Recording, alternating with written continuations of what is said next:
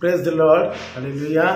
ಪ್ರೀತಿಯ ದೇವಚನರೇ, ನಿಮ್ಮೆಲ್ಲರೂ ಕರ್ತನಾದ ಯೇಸು ಕ್ರಿಸ್ತನ ಹೆಸರಿನಲ್ಲಿ ಮುಂಚಿನ ವೇಳೆಯಲ್ಲಿ ವಂದನೆ ಸಲ್ಲಿಸ್ತೀನಿ. ಪ್ರಿಯ ದೇವಚನರೇ, ಹೇಗಿದ್ದೀರಾ? ಚೆನ್ನಾಗಿದ್ದೀರಾ ಅಂತ ನಾನು ನಂಬಿ ದೇವರನ್ನು ಸ್ತುತಿಸ್ತೀನಿ.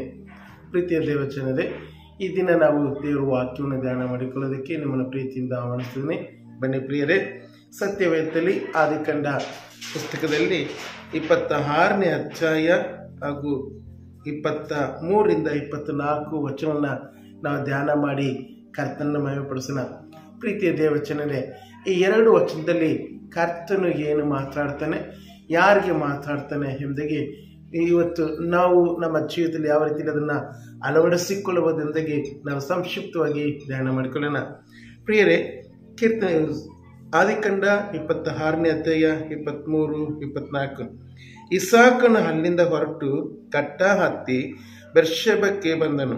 ಆ ರಾತ್ರಿ ಯೆಹೋವನು ಅವನಿಗೆ ಕಾಣಿಸಿಕೊಂಡು, ನಾನು ನಿನ್ನ ತಂದೆಯಾದ ಅಬ್ರಾಮನ ದೇವರು, ನೀನು ಭಯಪಡಬೇಡ, ನಾನು ನಿನ್ನ ಬಳಿಯಲ್ಲೇ ಇದ್ದೇನೆ. ನನ್ನ ಸೇವಕನಾದ ಅಬ್ರಾಮನ ನಿಮಿತ್ತ ನಿನ್ನನ್ನು ಆಶೀರ್ವದಿಸಿ ನಿನ್ನ ಸಂತತಿಯನ್ನು ಹೆಚ್ಚಿಸುವೆನು ಎಂದು ಹೇಳಲಾಗಿ. ಪ್ರಿಯ ದೇವಚನರೇ, ಈ ಒಂದು ಸಮಯದಲ್ಲಿ ಇಸಾಕನಿಗೆ ದೇವರು ಮಾಡುವಂಥ ವಾಗ್ದಾನ ಎಂದಾಗಿ ನಾವು ನೋಡ್ತೀವಿ. ವಾಗ್ದಾನ, ಅಬ್ರಾಮನಿಗೆ ಮಾಡಿದ ವಾಗ್ದಾನ ಇಸಾಕನಿಗೆ ಇಲ್ಲಿ ಮಾಡೋದನ್ನು ನೋಡ್ತೀವಿ. ಪ್ರಿಯ ದೇವಚನರೇ, ಇದು ಇಂದಿನ ವಚನ ನೀವು ನೋಡಿದರೆ ಇಸಾಕನು ಗೆರಾರಿಯಲ್ಲಿ ಇದ್ದ. ಗೆರಾರಿಯಲ್ಲಿರುವಂಥ ಸಮಯದಲ್ಲಿ ಆತನು ಮಾಡುವಂಥ ಎಲ್ಲ ಕೆಲಸಕ್ಕೂ ಅಲ್ಲಿನ ಜನರು ಅಡ್ಡಿ ಮಾಡ್ತಿದ್ರು. ಎಲ್ಲ ಕೆಲಸಗಳಿಗೆ ಅವರು 3 ಬಾವಿಯನ್ನು ತೆಗೆಯೋದನ್ನು ನೋಡ್ತೀವಿ. 3 ಬಾವಿ ತೆಗೆಯುವಾಗ 2 ಬಾವಿಗಳಿಗೆ ಅಡ್ಡಿ ಮಾಡಿದಂದಾಗಿ ನಾವು ನೋಡ್ತೀವಿ. ಪ್ರಿಯರೇ, ಅದರಿಂದ ಇವರು ಸವಾಸ ಬೇಡ ಎಂದಾಗಿ ಅವರಿಂದ ಆತನ ತಪ್ಪಿಸಿ ಬೇರೆ ಕಡೆ ಹೋಗೋದನ್ನು ನೋಡ್ತೀವಿ. ಬೇರೆ ಕಡೆ ಬಂದು ಬೆರ್ಷೆಬ ಎಂಬತಕ್ಕಂಥ ಒಂದು ಸ್ಥಳಕ್ಕೆ ಬಂದು ಅಲ್ಲಿ ಇರುವಂಥ ಸಮಯದಲ್ಲಿ ದೇವರು ಆ ರಾತ್ರಿಯಲ್ಲಿ ಆತನಿಗೆ ಕಾಣಿಸಿಕೊಳ್ತಾನೆ. ಪ್ರಿಯರೇ, ಇವತ್ತು ಕೂಡ ಅನೇಕರ ಜೀವಿತದಲ್ಲಿ ದೇವರು ಕಾಣಿಸಿಕೊಳ್ಳೋದನ್ನು ನೋಡ್ತೀವಿ. ಕನಸಿನ ಮುಖಾಂತರಿಗೆ, ದರ್ಶನಗಳ ಮುಖಾಂತರಿಗೆ ದೇವರು ತನ್ನ ಪ್ರಜೆಗಳಾದ ಮನುಷ್ಯರಿಗೆ ಆತನು ತನ್ನನ್ನು ತೋರ್ಪಡಿಸಿಕೊಳ್ಳೋದನ್ನು ನೋಡ್ತೀವಿ. ಇಲ್ಲಿ ಕೂಡ ಇಸಾಕನಿಗೆ ತನ್ನನ್ನು ತೋರ್ಪಡಿಸಿಕೊಂಡ ಎಂದಾಗಿ ನಾವು ನೋಡ್ತೀವಿ. ಪ್ರಿಯರೇ, ಕಾಣಿಸಿಕೊಂಡನೆಂದಾಗಿ ನೋಡ್ತೀವಿ. ಮತ್ತೆ ಅಲ್ಲಿ ಹೇಳ್ತಾನೆ, ನಾನು ನಿನ್ನ ತಂದೆಯಾದ ಅಬ್ರಾಮನ ದೇವರು. ನೋಡ್ರಿ, ಪರಂಪರೆಯಾಗಿ ದೇವರು ಅಬ್ರಾಮನ ವಂಶವನ್ನ ಯಾವ ರೀತಿಯಲ್ಲಿ ಎತ್ತಿ ಹಿಡಿತಿದ್ದಾನೆ, ಯಾವ ರೀತಿಯಲ್ಲಿ ಅಬ್ರಾಮನಿಂದ ಬಂದಂತ ನಮ್ಮೆಲ್ಲರನ್ನ ಯಾವ ರೀತಿಯಲ್ಲಿ ಆತನು ಘನಪಡಿಸುವುದನ್ನು ನೋಡ್ತೀವಿ. ಪ್ರಿಯ ದೇವಚನರೇ, ಅಲ್ಲಿ ಆ ರಾತ್ರಿಯಲ್ಲಿ ಆತನಿಗೆ ಕಾಣಿಸಿಕೊಂಡು ಆತನು ವಾಗ್ದಾನ ಮಾಡ್ತಿದ್ದಾನೆ, ಭಯಪಡಬೇಡ, ನೀನು ಭಯಪಡಬೇಡ. ಯಾಕೆ ಭಯಪಡಬೇಡ ಎಂದಾಗಿ ನೋಡಿದರೆ, ನಿನ್ನ ಬಳಿಯಲ್ಲೇ ಇದ್ದೇನೆ. ಪ್ರಿಯ ದೇವಚನರೇ, ಆತನು ಗೆರಾರಿಯ ಜನರಿಗೆ ಭಯಪಟ್ಟು ಇವರು ಏನೇ ಕೆಲಸ ಮಾಡಿದ್ರು ಎಲ್ಲದಕ್ಕೂ ಅಡ್ಡಿ ಮಾಡ್ತಾರಲ್ಲ ಎಂದಾಗಿ ಭಯಪಟ್ಟು ಆತನ ಬೆರ್ಷೆಬಗೆ ಬರ್ತಾನೆ. ಪ್ರಿಯರೇ, ಆದರೆ ಬೆರ್ಷೆಬದಲ್ಲಿ ಬಂದಾಗ ದೇವರು ಆತನಿಗೆ ಹೇಳುವಂತ ಒಂದು ವಾಗ್ದಾನ, ಒಂದು ದೃಢವಾದ ಒಂದು ಸಂಕಲ್ಪ ಏನಂದ್ರೆ, ನಾನು ನಿನ್ನ ಬಳಿಯಲ್ಲೇ ಇದ್ದೇನೆ, ಅದರಿಂದ ಭಯಪಡಬೇಡ.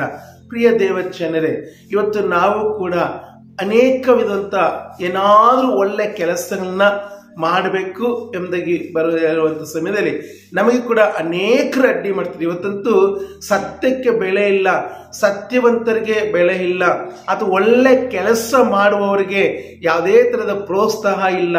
ಹಾಗಾಗ್ಬಿಟ್ಟಿದೆ ಈ ಒಂದು ಸಮಾಜ. ಇಂಥ ಸಮಾಜದಲ್ಲಿ ದೇವರು ನಮಗೆ ಇವತ್ತು ವಾಗ್ದಾನ ಮಾಡೋದೇನೆಂದ್ರೆ, ನೀನು ಭಯಪಡಬೇಡ, ನಿನ್ನ ಬಳಿಯಲ್ಲೇ ಇದ್ದೇನೆ. ಹಲ್ಲೆಲೂಯಾ.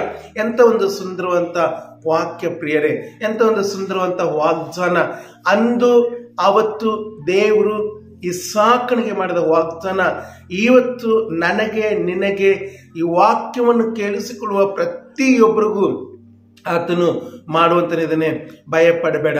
ನಮ್ಮ ದೇವರು ನಮ್ಮನ್ನ ಭಯ ಹುಟ್ಟಿಸೋದಕ್ಕಾಗಲಿ, ಭಯದಲ್ಲಿ ಬೀಳುವುದಕ್ಕಾಗಲಿ ಆತನು ಇಚ್ಛಿಸುವುದಿಲ್ಲ. ಪ್ರಿಯರೇ, ನಾವು ಯಾವಾಗಲೂ ಧೈರ್ಯವಾಗಿ, ಸಂತೋಷವಾಗಿ ಆತನ ಸ್ಮರಿಸಬೇಕು, ಆತನ ಮಹಿಮೆ ಪಡಿಸ್ಬೇಕೆಂದಾಗಿ ಆತನ ಬಯಸ್ತಾನೆ. ಪ್ರಿಯರೇ, ಪ್ರಿಯ ದೇವಚನರೇ, ಏನೇ ಆಗಲಿ ಈ ಮುಂಚಿನ ವೇಳೆಯಲ್ಲಿ ಏನೇ ಸಮಸ್ಯೆ ಬಂದ್ರು, ಯಾವುದೇ ತರದ ಕಷ್ಟಗಳು ಬಂದ್ರು, ಯಾವುದೇ ತರದ ಶೋಧನೆಗಳು ಬಂದ್ರು, ಭಯಪಡಬೇಡ್ರಿ.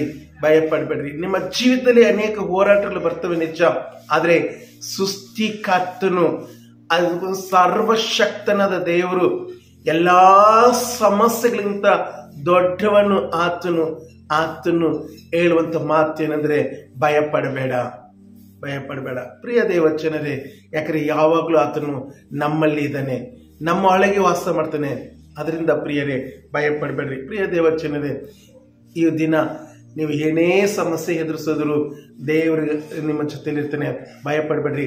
ಸೈತಾನು ಏನೇ ತರದ ಭಯಗಳನ್ನು ತಂದಾದ್ರು ಹೇಳ್ರಿ ಆತನಿಗೆ, ಸೈತಾನ, ನನ್ನನ್ನು ಉಂಟು ಮಾಡಿದ ದೇವರು ನನ್ನೊಳಗಿದ್ದಾನೆ, ನನ್ನ ಬಳಿಯಲ್ಲಿದ್ದಾನೆ, ನೀನು ನನ್ನನ್ನು ಏನು ಮಾಡಿಕೊಳ್ಳಕ್ಕಾಗೋದಿಲ್ಲ ಎಂದಾಗಿ ಹೇಳ್ರಿ. ಖಂಡಿತಲು ಶೋಧನೆಗಳು, ಕಷ್ಟಗಳು, ಸೈತಾನ ತಂದಾಗುವಂತ ಎಲ್ಲ ಅಡ್ಡಿ ಆತಂಕಗಳು ತಕ್ಷಣ ನಿಮ್ಮನ್ನು ಬಿಟ್ಟು ಓಡಿ ಹೋಗ್ತದೆ. ಪ್ರಿಯರೇ, ಭಯಪಡದೆ ದೇವರನ್ನ ನಾವು ನೋಡೋಣ, ಪ್ರಾರ್ಥನೆ ಮಾಡ್ಕೊಳ್ಳೋಣ. ಪರಿಶುದ್ಧನು ಪರಮ ಪವಿತ್ರನಂತೆ ಸ್ವಾಮಿ, ಈ ದಿನಕ್ಕಾಗಿ ನಿಮ್ಮ ಸ್ತೋತ್ರ, ನೀವು ಮಾಡಿದ ವಾಗ್ದಾನಕ್ಕಾಗಿ ನಿಮ್ಮ ಸ್ತೋತ್ರ. ಅಂದು ಕರ್ತನೆ ಇಸಾಕನಿಗೆ ಮಾಡಿದ ವಾಗ್ದಾನ ಇವತ್ತಿಗೂ ಇಂದಿಗೂ ನಮ್ಮ ಜೀವಿತದಲ್ಲಿ ನೀವು ನೆರವೇರಿಸುತ್ತೇವೆ. ನಿಮ್ಮ ಸ್ತೋತ್ರ ಕರ್ತನೆ. ವಿಶೇಷವಾಗಿ ಸ್ವಾಮಿ ಕರ್ತನೆ, ಈ ದಿನ ವಾಕ್ಯವನ್ನು ಧ್ಯಾನ ಮಾಡುವಂತೆ ಎಲ್ಲ ಜನರ ಜೊತೆಲಿ ಮಾತನಾಡ್ರಿ. ಎಲ್ಲರಿಗೂ ನೀವು ಕರ್ತನೆ ಅಭಯವಾಗಿದ್ದು ಸ್ವಾಮಿ ಬಲಪಡಿಸಿ ಕಾಪಾಡಬೇಕಾಗಿ ಯೇಸು ಕ್ರಿಸ್ತನ ಹೆಸರಲ್ಲಿ ಬೇಡಿಕೊಳ್ತೀನಿ ಜೀವನ ತಂದೆ. ಆಮೆನ್. ಪ್ರೀತಿಯ ದೇವಜನರೇ, ಪ್ರಾರ್ಥನೆ ಮಾಡ್ರಿ. ಹೆಚ್ಚಾಗಿ ನೀವು ನಮಗೋಸ್ಕರ ಪ್ರಾರ್ಥನೆ ಮಾಡ್ರಿ, ನಾವು ನಿಮಗೋಸ್ಕರ ಪ್ರಾರ್ಥನೆ ಮಾಡ್ತೀವಿ. ನಿಮ್ಮಲ್ಲಿ ಏನಾದರೂ ಪ್ರಾರ್ಥನಾ ಮನವಿಗಳಿದ್ದರೆ ದಯಮಾಡಿ ಹಂಚಿಕೊಳ್ಳ್ರಿ, ನಾವು ನಿಮಗಾಗಿ ಕೂಡ ಪ್ರಾರ್ಥಿಸ್ತೀವಿ. ಪ್ರಿಯ ದೇವಜನರೇ, ದೇವರು ನಿಮ್ಮನ್ನು ಆಶೀರ್ವಾದ ಮಾಡಲಿ. ಈ ದಿನವೆಲ್ಲ ನಿಮಗೆ ಶುಭವಾಗಿರಲಿ. ಆಮೆನ್. Praise the lord.